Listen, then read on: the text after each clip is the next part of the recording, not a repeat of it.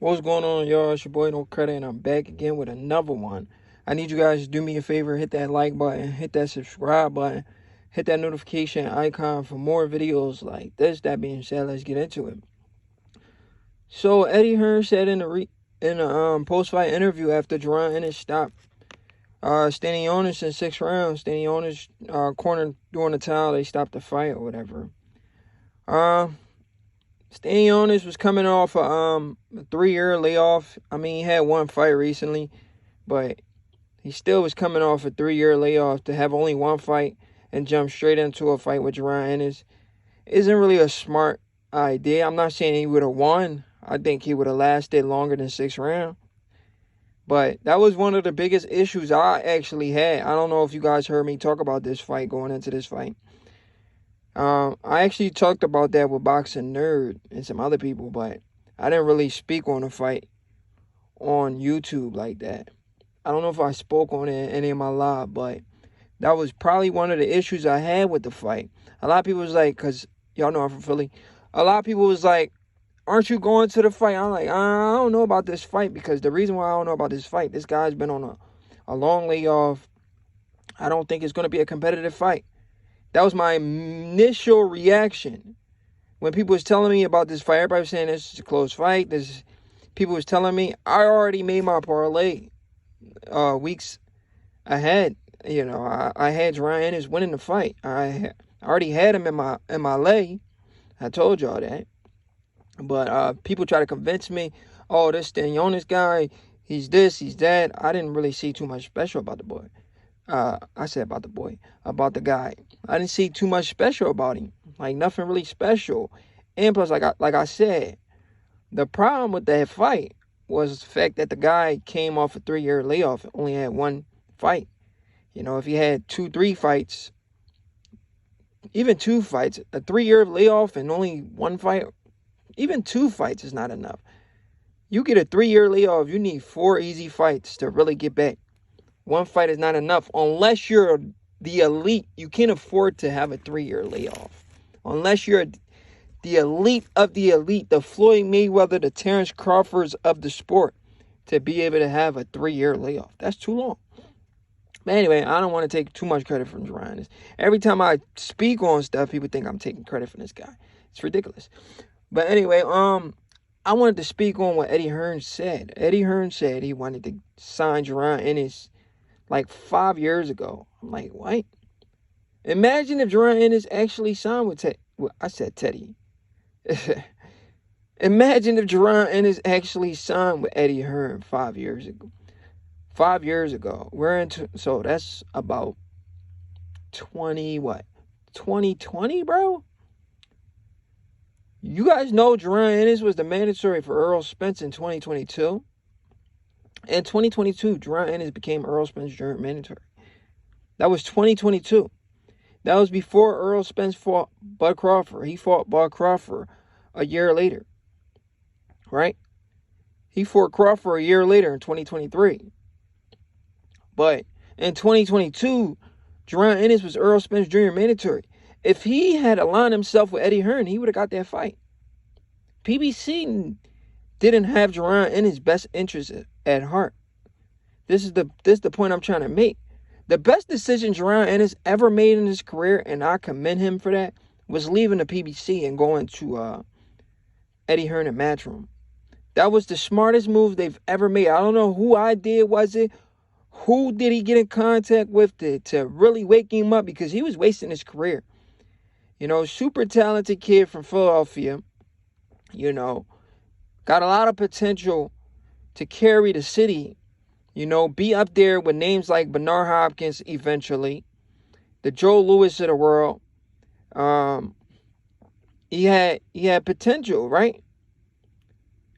All he had to do was get his opportunity.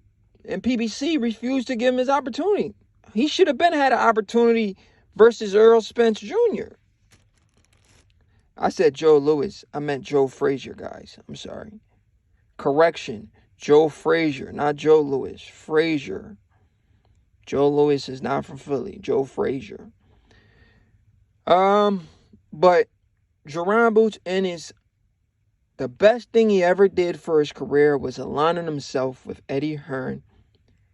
Bro, when he was with PBC, I'm like, yo, why is PBC not letting these guys fight in Philly? The market is in Philadelphia. That's where the money's at. In your hometown. Make him a star in his hometown before he goes anywhere else. Like Bud Crawford did with Omaha, Nebraska. His entire family boxed. Boxing is deeply rooted in this guy's family. Everybody knows his family in this city. Why doesn't everybody know who Jaron Ennis is? Now they do. He's selling out stadiums. He's selling out Citizens Bank. The Wells Fargo Center, not Citizens Bank. The Wells Fargo Center, right? That's the Sixers stadium, I believe. And he's cool with Tyrese Maxey. He came out with Tyrese Maxey, right?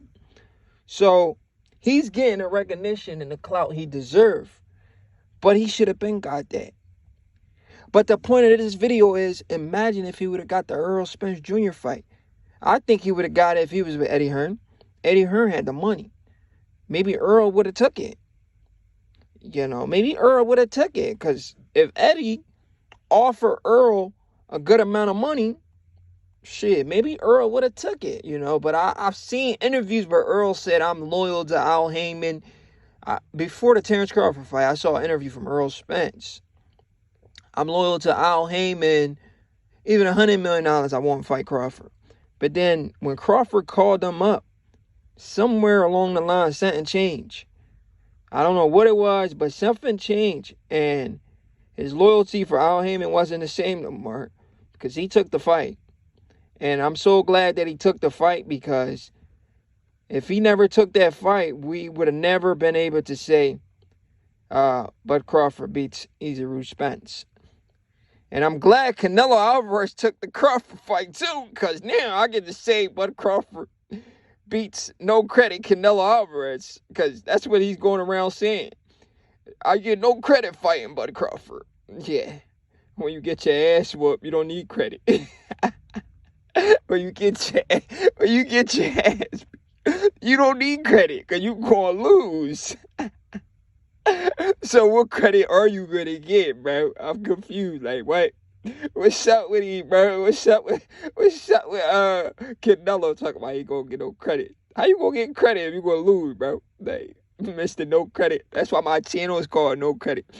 But anyway, I don't want to get off topic, man. It's just a funny situation, you feel me? I don't want to get off topic. Anyway, Jaron Ennis, if he would have had that shot against Errol Spence Jr., we don't know how that fight would have played out. Shit.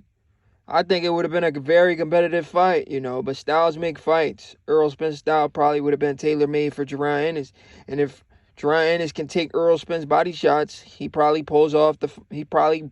beats Errol Spence. And we're looking at Jaron Ennis versus Terrence Crawford undisputed. But he aligned himself with Eddie Hearn a little later, but I'm glad he still did it, because he wasted a lot of his early years.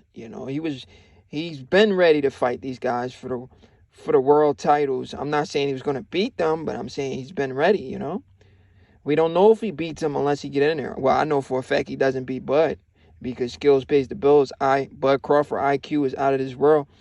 Bud Crawford is one fighter in boxing right now that could compete in any era. Let me tell y'all the difference from Bud Crawford and Jaron Ennis, right? Jaron Ennis, he's a solid fighter. Great IQ. Not as high as Bud Crawford. But let me give y'all Jaron Ennis issue. He's inconsistent. What do I mean by inconsistent?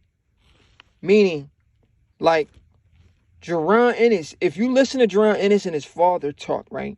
They like to say we like to have fun in there. And that's one thing that sticks out to me. What do you mean you're having fun in there? Boxing is not about having fun in there. You got to go in there and hurt this guy and not let this guy hurt you. You in there trying to have fun like Jaron Ennis be doing. You You see how he be dancing and trolling and stuff? He limited that a little bit against Stanionis. I mean, he still kind of did it because it's like a natural thing to him, but he limited it a little bit to the point where he was locked in, fighting from the outside, picking him apart, not fighting in the pocket. So he limited some of that stuff, and he stuck to boxing, but he still shows some of that because it's still embedded in his brain, where he's in there playing these games. You cannot do that against the elite level fighters of boxing. You'll get clipped, and we seen him get hit with big shots. We saw him get hit with some big shots. If he get cracked with shots like that against a guy like Bud Crawford, Jaron Ennis will retire early. We won't be hearing about Jaron Ennis anymore. You see how Errol Spence hasn't been back to boxing for a long time? Let Jaron Ennis keep mentioning Bud Crawford. This kid will get retired, and he'll never box again. So I feel bad for the Ennis fans that keep mentioning Bud Crawford. Bud Crawford. Do you know what's going to happen to this kid if he ever steps in the ring with somebody like a Bud Crawford?